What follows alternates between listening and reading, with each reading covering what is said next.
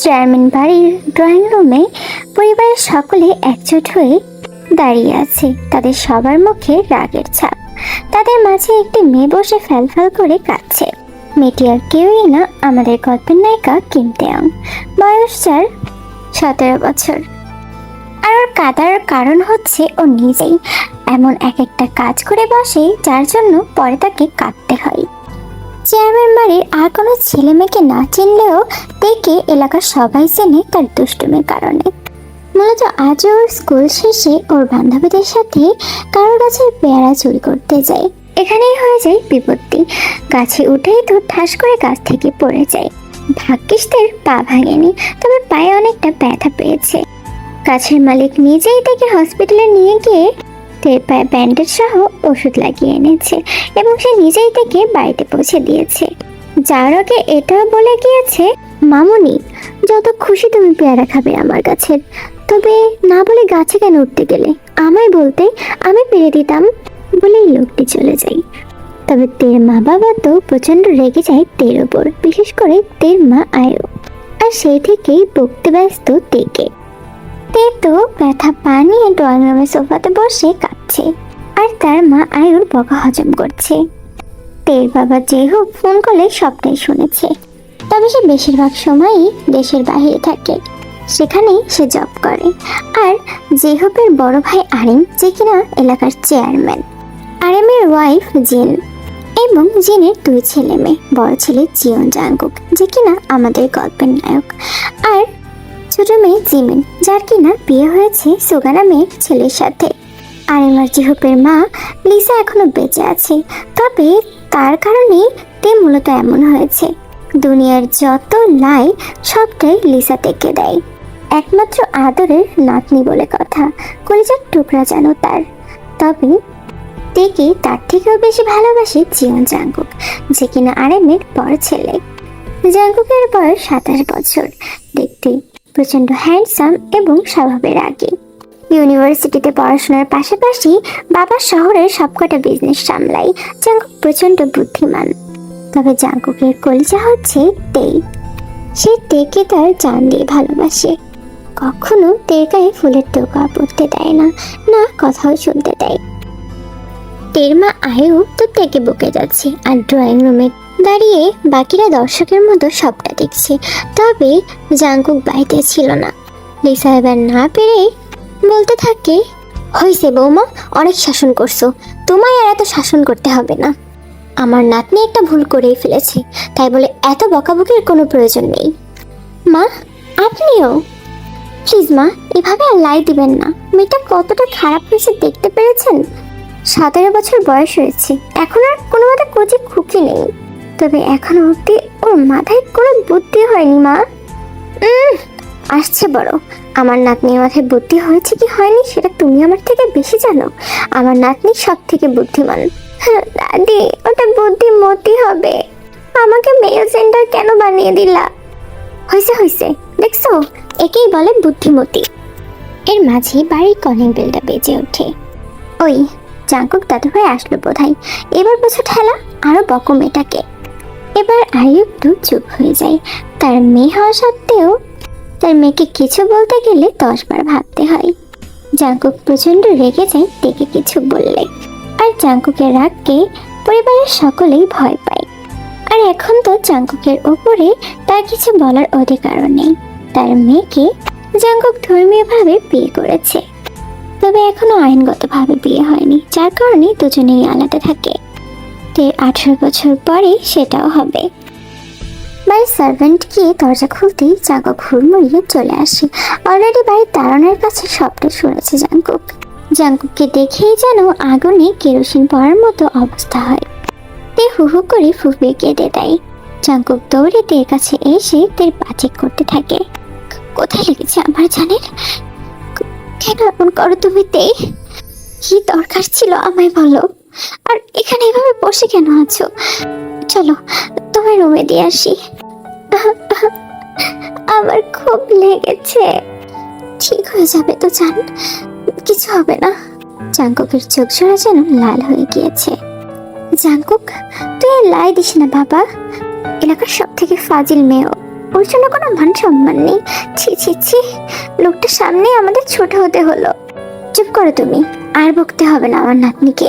Jungkook, যা ওকে রুমে দিয়ে আস, নাহলে বকা শুনতে শুনতে ও আরো শেষ হয়ে যাবে। চাচি, কিছু বলতে হবে না, আমি দেখছি বিষয়টা বলি জাঙ্কুক তেকে কোলে তুলে নেয় আর তে রুমে নিয়ে যায়। তে রুমের বেডের ওপর শুয়ে দেয় তেকে। তের পায়ের কাছে গিয়ে বসে জাঙ্কুক। তের পাটা নিজের কোলের ওপর তুলে নেয়। আর কোথায় লাগছে ব্যথা? আর আর কোথাও লাগেনি, শুধু পায়ে লেগেছে। কতবার মানা করেছি আমি? তোমায় কোনো কিছুর অভাব রেখেছি আমি? যখন যেটা ইচ্ছে সেটা আমার কাছে চাইতে বলেছি, আর চাওয়ার আগেই তোমার কাছে হাজির হয়ে যায় সবটা। আমি এটাও বলেছি তুমি যেটা চাইবে সেটা তোমার কাছে নিয়ে হাজির করব আমি। তাহলে কেন এমনটা করলে? হ্যাঁ, বলতে পেয়ারা খাবে, এক বস্তা পেয়ারা এনে দিতাম তোমায়। এমনটা করার কি প্রয়োজন ছিল? পেয়ারা তো বাড়িতে আছে, কিন্তু আমার তো চুরি করে খেতে ভালো লাগে। এমন কথা শুনে জাঙ্কুকের ভীষণ রাগ হয়, তবে রাগটা কন্ট্রোল করে বলতে থাকে, তুমি বড় হচ্ছ, কদিন পর অফিসিয়ালি ভাবে চিয়ন জাঙ্কুকের বউ হবে, আমার বউ হবে তুমি। একটু ম্যাচিউর হও, এমনটা আর করবে না জান, ওকে? জাঙ্কুক তের পায়ে আলতো করে একটা চুমু খায়। 2 দিন পর তে সিঁড়ি দিয়ে এক প্রকার লাফাতে লাফাতেই নামছে। তের মা আয়ু তের দিকে আর চোখে তাকিয়ে বলতে থাকে, শুরু হয়ে গিয়েছে আবার ভণ্ডামি। আজকে থেকে দেখি আবার নতুন কি গন্ডগোল শুরু করে। উফ আয়ু, বলিস না তো এমনটা মেয়েকে নিয়ে। তোর একটা মাত্র মেয়ে, এমন কেন করিস? বিয়ে হয়ে তো আর পরের ঘরে যাচ্ছে না, থাকছে এই ঘরে, তাই তো এমন মায়াবিহীন কথা বলিস। সাথে কি আর বলি? এদিকে জাঙ্কুক তো ড্রয়িং রুমে বসেছিল। দেখে ভাবে আসতে দেখে বলতে থাকে, পায়ের ব্যথা কমেছে? যেভাবে আসছো কমছে বলেই তো আসছি। আর আমি যাচ্ছি কোচিংয়ে। যাচ্ছ মানে? চলো আমি দিয়ে আসছি তোমায়, ফ্রি আছি আমি। না, আমি একা যেতে পারবো। জাঙ্কুক চোখ রাঙায় তের দিকে তাকিয়ে, তাতে তে চুপ হয়ে যায়। জাঙ্কুক কার ড্রাইভ করে তেকে তার কোচিং এর সামনে দিয়ে আসে। তার কোচিং এর সামনে তের 2 বান্ধবী তের জন্য ওয়েট করছিল। ওদের দেখেই তো তে এক দৌড়ে চলে যায়। হায় রে তে, তোর হ্যান্ডসাম বডিই গেল নাকি তোকে? নজর দিস না ভাই, হ্যান্ডসাম হয়েছে বলে কি নজর দিতে হবে নাকি? নজর দেখ, কত মেয়েরাই দিয়েছে। আমাদের কপালে যদি এমন হ্যান্ডসাম বর থাকতো তাহলে বিয়ে করার পরেও এমন দূরে দূরে থাকতাম না। বুঝবি, যেদিন অন্য মেয়ে নিয়ে পালিয়ে যাবে সেদিনই বুঝবি। জিসো দেখ, এসব কথাবার্তা ভাল লাগে না, চল গিয়ে ক্লাস করি। তের কোচিং শেষে তো তের জন্য কার আসার কথা, তবে কোচিং শেষ হওয়ার পরে বৃষ্টি হতে দেখে তে প্ল্যানিং করে সে তার বান্ধবীদের সাথে ভিজে ভিজে বাড়িতে যাবে। তাই সেখান থেকে এক প্রকার পালিয়েই চলে আসে। এদিকে ড্রাইভার তো তের জন্য ওয়েট করছে। তে আর তার 2 বান্ধবী তো বৃষ্টি বিলাসে ব্যস্ত। এদিকে বেশ কিছুক্ষণ কেটে যাওয়ার পরে তো ড্রাইভার তেকে না পেয়ে জাঙ্কুককে কল রাখায় আর সবটা বলে। জাঙ্কুক তখনই যা বোঝার বুঝে যায় বাইরে বৃষ্টি হচ্ছে আর তে নিশ্চয়ই ভিজছে। তখনই জাঙ্কুক তার কার নিয়ে অফিস থেকে বের হয়ে পড়ে। এই মেয়েটার জন্য তার কোনো কাজ করেই শান্তি নেই। আজকে শুধু পাই তোমায়, তারপর উচিত শিক্ষা দেব। এদিকে তেরা তো তাদের বাড়ির খুব কাছেই লেকের পাড়ে বড় একটা মাঠের মাঝখানে দাঁড়িয়ে ভিজছিল। 3 জনে গান গাইছে আর এক প্রকার কোমর দুলিয়ে নাচছে। অটনির মা তোমার টনি কথা শোনে না, হাই হাই যার তার লাগে টিং মারে আমায় চেনে না। ও টনির মা তুমি টনির বোঝাও না, দিনে রাতে মিস কল মারে ফোন করে না। টুনি স্কুলে যাইবো, টুনি বারান্দায় আইবো, টুনি রে দেখায় আমার পরাণ জোড়াইবো। হা হা। হঠাৎ তের মুখে ঠাস করে এক থাপ্পড় বসিয়ে দেয় কেউ। তে সেদিকে তাকিয়ে দেখে চিয়ন জাঙ্কুক রক্ত চক্ষু নিয়ে তার দিকে তাকিয়ে আছে। তে তো এবার ভয়ে কাঁপাকাঁপি করতে শুরু করে।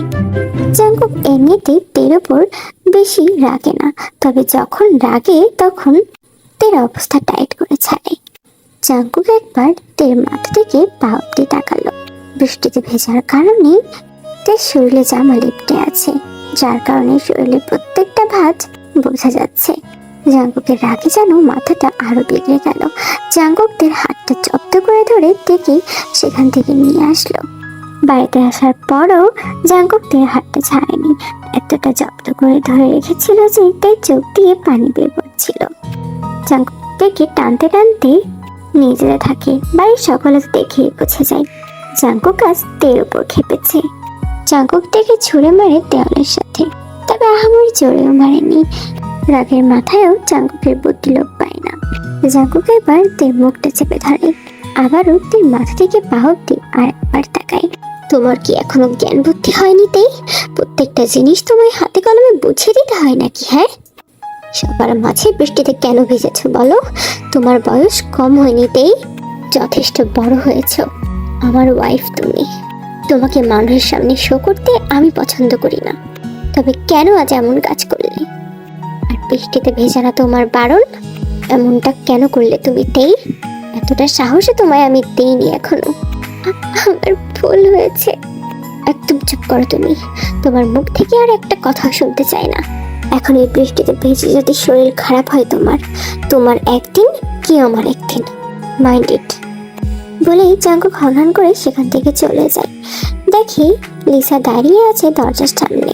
দাদি, তোমার একমাত্র ছোট আদরের নাতনিকে চেঞ্জ করে নিতে বলো, নাহলে আমার থেকে খারাপ আর কেউ হবে না। জাঙ্কুকের কথাই হয়। রাতে তের শরীরে ধুমিয়ে জ্বর আসে, আর জাঙ্কুক সেটা খুব সহজেই জানতে পারে, কারণ জাঙ্কুক তো বারবার তের রুমে আসছিল আর তের গায়ে হাত দিয়ে তের জ্বর চেক করছিল। রাতে তো তের কোনো হুঁশ নেই। সারা রাত জেগে জাঙ্কুক পাগলের মতো তের মাথায় জল পড়তে দিয়ে থাকে, তো কখনো ওষুধ খাইয়ে দেয়। তের কিছু হলে যেন জাঙ্কুকের জানটাই বেরিয়ে যায়। এই মেয়েটা বেশি ভার বেড়েছে, কতবার মানা করি তবু আমার কথা শোনে না। এই মেয়েটার একটা ব্যবস্থা করতেই হবে আমাকে। জাঙ্কুক সারাটা রাত তের পাশেই বসে থাকে। তের ঘুম ভাঙতেই জাঙ্কুককে তার পাশে দেখতে পায়। দেখে চোখ দুটো লাল হয়ে আছে, সারা রাত না ঘুমানোর ফল। তেকে উঠতে দেখে তের কপালে আরেকটু হাত বোলায় জাঙ্কুক। জ্বর অনেকটা কমেছে। জাঙ্কুক কিছু না বলে সেখান থেকে চলে যায়। এই লোকটা এতটা পাগল কেন আমার জন্য? রাগও দেখাবে, আবার সবচেয়ে বেশি যত্ন সেই করবে। আরো 2-3 দিন কেটে গিয়েছে, তবে জাঙ্কুক শুধু এসে এসে তেকে দেখেছে, তবে তের সাথে কোনো কথাই বলেনি। তে তো ভয়ে এই 2 দিন কোচিংয়েও যায়নি। জ্বর কমেছে, তবে শরীর এখনো কিছুটা দুর্বল তের। আর কয়েকদিন পরেই তার জন্মদিন। বাড়ির সকলেই কানাঘুষা করছে কিছু নিয়ে। তে বোঝে হয়তো তার জন্মদিনের উপলক্ষেই কিছু একটা আয়োজন হবে, তার জন্যই এত কানাঘুষা। এই জাঙ্কুকটা আমার সাথে কথা বলছে না, আমি জানি আমার বার্থডেতে সারপ্রাইজ দেবে। আস্তে আস্তে তের জন্মদিনের দিন চলে আসে, তবে বাড়িটা বিশাল বড় করে সাজানো হচ্ছে। দেখেই মনে হচ্ছে কার যেন বিয়ে, তবে তে কিছুই বুঝে উঠতে পারছে না। তেকে না কেউ কিছু বলছে না, জাঙ্কুকও তের সাথে কথা বলছে। তেকে বাড়ি থেকে বাইরেও যেতে দিচ্ছে না। আজ তের জন্মদিন, তবে কেউ তাকে উইশ করেনি। তে ভীষণ কষ্ট হচ্ছে। হঠাৎ তের মা আয়ুর সাথে পার্লারে মেয়েরা এসে হাজির হয়। তারা তেকে সাজাতে ব্যস্ত। তে চুপচাপ সাজছে, তবে তে দেখতে পাই তেকে বউ সাজাচ্ছে। এর মানে কি আমার বিয়ে আজ? তে দেখে তের বান্ধবীরা এসেও হাজির হয়েছে। বাড়িতে লোকজনের সমাগম। তে যেন অবাক হচ্ছে সবকিছু দেখে। তের সাজা কমপ্লিট হলে জাঙ্কুক রুমে আসে। জাঙ্কুকও পরে সাজে এসেছে। জাঙ্কুক এসে আলতো করে তের হাতটা ধরে।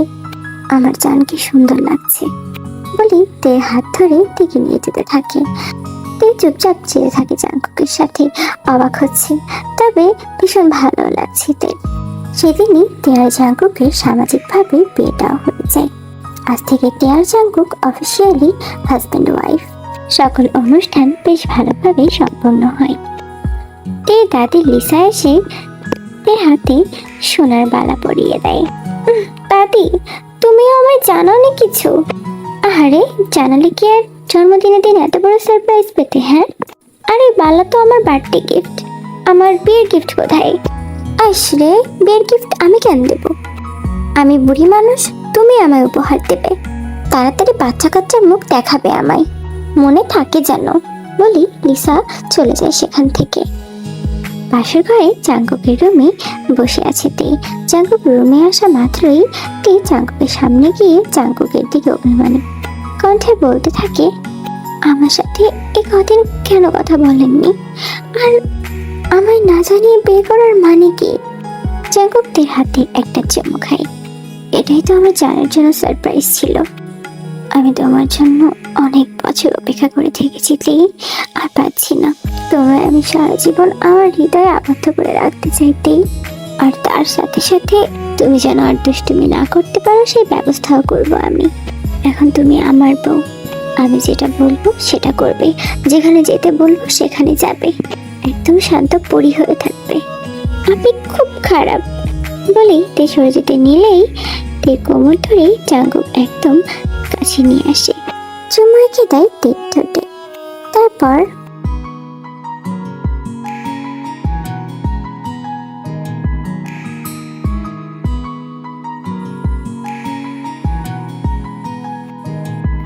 বিয়ের পর থেকে তে অনেকটাই শান্তশিষ্ট থাকছে, তবে সুযোগ পেলে ঠিকই দুষ্টুমি করে। আর জাঙ্কুকও তের চঞ্চলতাকেই পছন্দ করে। সকাল সকাল জাঙ্কুক ঘুম থেকে উঠেই দেখে তে তার পাশে চার হাতটা চারদিকে দিয়ে ঘুমোচ্ছে। জাঙ্কুক তের দিকে তাকিয়ে একবার একটা হাসি দিয়ে ওয়াশরুমে চলে যায়। ওয়াশরুম থেকে এসে তেকে ডাকতে থাকে। ঘুমের ব্যাঘাত হওয়াতেই তে ঘুমের মাঝে রাগে গজগজ করে বলতে থাকে, উফ, ব্যাঙের বাচ্চা, হাতির বাচ্চা, সাপের বাচ্চা, চুপ থাক একদম, আমায় ঘুমাতে দে, শালা চামচিক্কার বংশধর। সাটাতেই জাঙ্কুকের এক চিৎকার তো তে হুড়মুড়িয়ে ঘুম থেকে উঠেছে। ভয়ে ভয়ে জাঙ্কুকের দিকে তাকায়। কি বললা তুমি? আমি তোমার হাজবেন্ড হই, সম্মান করে কথা বলবা, আর ঘুম থেকে উঠ। বলে জাঙ্কুক হরফন করে রুম থেকে বের হয়ে যায়। কেউ কিছুক্ষণ পর ফ্রেশ হয়ে চলে আসে, একটু দেখে জাঙ্কুক খাবার খাচ্ছে। লিসা একটু তেকে খুঁজে দিয়ে বলে, কি হয়েছে রে, সকাল সকাল আমার নাতিটা এভাবে মুখ গোমরা করে বের হয়েছে কেন? সেটা তোমার নাতিকেই জিগাও। আসছে বুড়ি। ও মামা, এই মেয়ে আমার বুড়ি কয়? এই জানোস, তোর বয়সে আমি তোর থেকে বেশি সুন্দর ছিলাম। একবার তো দাঁড়ের দিকে তাকিয়ে মুখ ভেঙে দেয়। জাঙ্কুক খাওয়ার সময় তার বাবার সাথে ডিসকাস করতে থাকে তাদের কোম্পানির সাথে এক নতুন কোম্পানি ডিল করবে, যার মালিক একজন মেয়ে, তার নাম রোজ। রোজের নাম শুনে তো তের প্রচন্ড রাগ হচ্ছিল। এই জাঙ্কুকটা বারবার রোজ রোজ কেন করছে? না, এই রোজটাকে তো আমার দেখতেই হবে।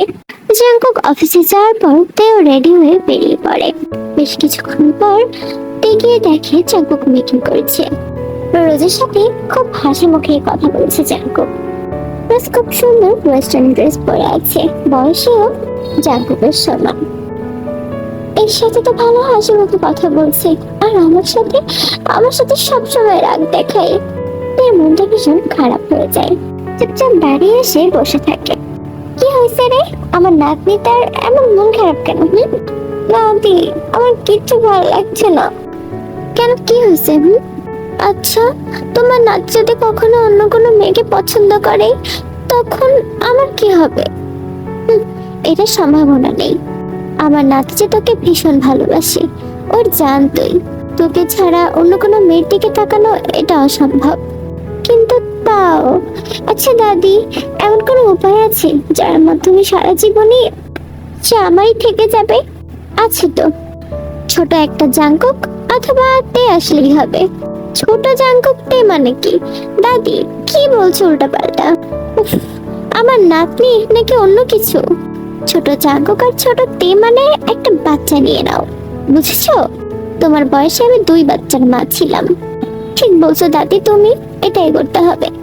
এরপর তে রুমে এসে অনেক ভাবে, আর ভাবে সে একটু ম্যাচিউরও হবে। তার ভাবনা মতেই সুন্দর একটা শাড়ি পরে দেয়। দেখে দেখতে পুরো বউ বউ লাগছে। রাতে জাঙ্কুক বাড়িতে ফিরে দেখে অবাক হয়ে যায়। অপলক দৃষ্টিতে তাকিয়ে থাকে তের দিকে। রুমে আসতেই দেখে টেনে তার কাছে নিয়ে এসে তার চোখে চোখ রেখে বলতে থাকে, কি হয়েছে আজকে আমার মিসেসের? এত সুন্দর করে সেজেছে, আমি এখন থেকে এভাবে সেজে থাকবো। আর আমার কিছু কথা ছিল আপনার সাথে। বলো। বলুন, আমি যা চাইবো আপনি তাই দিবেন। চেষ্টা করব। এবার বলো কি চাই তোমার? আমার একটা বাচ্চা চাই। হোয়াট? বাচ্চা চাই আমার, আর এটাই ফাইনাল। তুমি তো বাচ্চা, মাথা খারাপ তোমার? আমার মাথা খারাপ। আর আমার লাগবে মানে লাগবেই। একটা থাপ্পড় মারবো মুখে। আমার কোনো বাচ্চা কাচ্চা চাই না, তাই আমার সাথে তুমি হলেই হবে। আমি চাই না তুমি কোনো কষ্ট করো। বাচ্চা জন্ম দেওয়া কতটা কষ্টকর তুমি হয়তো জানো না। আর আমি আমার জানকে কোনো মতেই জেনে শুনে কষ্ট পেতে দিতে পারি না। কি আশ্চর্য, একদিন না একদিন তো বাচ্চা হওয়াই লাগবে। না, লাগবে না। লাগবে। আপনি কেন বুঝছেন না? আমার লাগবে মানে লাগবে। চুপ করো, একটা কথা বলবা না। যাও, সর এখান থেকে। বলে জাঙ্কু খনন করে সেখান থেকে চলে যায়। তো মন খারাপ করে বসে থাকে। এভাবে আরো 2-3 দিন পার হয়ে যায়। তবে তে রাগ করে জাঙ্কুকের সাথে কথা বলছে না। জাঙ্কুকে এবার না পেরে থেকে প্রচন্ড বকাঝকা করে, তাতেও কাজ হয় না কোনো। একদিন সন্ধ্যাবেলা, কি হয়েছে তে? আচ্ছা, তুমি এমন কেন করছো বলো তো? স্বপ্ন তোমার দাদি শিখিয়েছে নিশ্চয়ই। যেই শিখুক না কেন, আমার বাচ্চা চাই মানে চাই। আপনি কেন মানা করছেন আমায়? বাচ্চা চাই তোমার, তাই না? ঠিক আছে। বলেই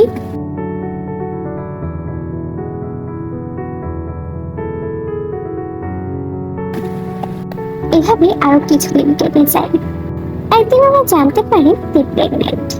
বাড়ির সকলেই তো প্রচন্ড খুশি হয়ে যায়। তেকে তারা প্রচন্ড যত্ন করতে থাকে। আর জাঙ্কুকও সেম। জাঙ্কুক থেকে প্রচন্ড যত্ন করছে এই সপ্তাহটায়। সাথে জাঙ্কুক ভীষণ চিন্তিত। সে বাচ্চা পছন্দ করা সত্ত্বেও ভয়ে বাচ্চা চায়নি, কারণ সে চায় না তার জান কোনো রকম কষ্ট পাক। এভাবে দিন কাটতে থাকে। তে তো যত দিন যাচ্ছে তত অসুস্থ হয়ে পড়ছে। আর জাঙ্কুক বিষয়টা তে খুব চিন্তিত হয়ে পড়ছে। বাড়ির সকলে তো আরো যত্ন করছে তেকে।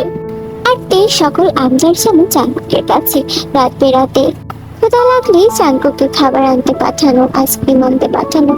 এভাবে দিন কাটছিল ওদের। এই মুহূর্তে হসপিটালে ডেকে নিয়ে আসা হয়েছে। হঠাৎ ডেলিভারি পেন উঠেছে। তে এক প্রকার চিৎকার করে কাঁদছে। তে দাদি লিসা, তে মা বাবা, জাঙ্কুকের মা বাবা সবাই এসেছে হসপিটালে। জিমিনও এসেছে খবর পেয়ে। এদিকে জাঙ্কুক তো তের হাত শক্ত করে ধরে রেখেছে। তেকে নিয়ে যাওয়া হবে এখনই। ডাক্তাররা চেক আপ করছে তেকে। জাঙ্কুক তো কোনো কথা বলতে পারছে না, চোখ দিয়ে অনবরত পানি ঝরছে, হাত পা কাঁপছে ওর। জাঙ্কুক, শান্ত হ। আমি বলছিলাম ওকে বাচ্চার কোনো দরকার নেই। আমার আমার লাগবে না বাচ্চা। তাহলে কেন এমন করলো? কতটা কষ্ট পাচ্ছে আমার জান। আমি তো চাইনি এমনটা। দেখ, তোমার যদি কিছু হয় না, দেখবি আমি কি করি। এদিকে তো নাজেহাল অবস্থা। এক প্রকার চিৎকার করে কাঁদছে তে। জাঙ্কুক আর সহ্য করতে পারছে না। নাজরা এসে তেকে নিয়ে যায়। এর সাথে জাঙ্কুকও যায়। ওটার সময় জাঙ্কুককে হাত শক্ত করে ধরে রাখে। তে তো চিৎকার করছে, কষ্ট ছটফট করছে। জাঙ্কুক নিজের বুকে পাথর চেপে সবটা সহ্য করছে। সে তার জানকে জীবনে এক বিন্দু কষ্ট পেতে দেয়নি। আজ তার জান এতটা কষ্ট করছে। অনেকক্ষণের তীব্র কষ্টের পর অবশেষে টেকুকের জন্ম হলো। মানে তেয়া জাঙ্কুকের ছেলে হয়েছে। ওরা আগে থেকেই নাম ঠিক করে রেখেছিল টেকুক। বাবুকে দেখে জাঙ্কুক এক দৃষ্টিতে সেদিকে তাকিয়ে আছে। কতটা মায়া লাগছে। যে বাচ্চাকে চায়নি জাঙ্কুক, তাকে দেখে আজ জাঙ্কুকের হৃদয়ে প্রশান্তি কাজ করছে। এই মুহূর্তে জাঙ্কুকের পাশে বসে আছে। তার হাতটা আলতো করে ধরে রেখে কেউ টিপ টিপ করে তাকাচ্ছে সবার দিকে। আশেপাশে খুঁজছে ওর বাবুকে। আমার বাবু কোথায়? জাঙ্কুক বাবুকে নিয়ে তীর পাশে সরিয়ে দেয়। তেতো এক দৃষ্টিতে তাকিয়ে আছে। জাঙ্কুক তীর কপালে আলতো করে চুমু খেয়ে বলে, তুমি আমার জানতে পাখি। আর আমাদের বাচ্চা, আমার এই পুরো পৃথিবী। বলেই তেয়ার জাঙ্কুক বাবুর দিকে তাকিয়ে মুচকি হাসি দেয়।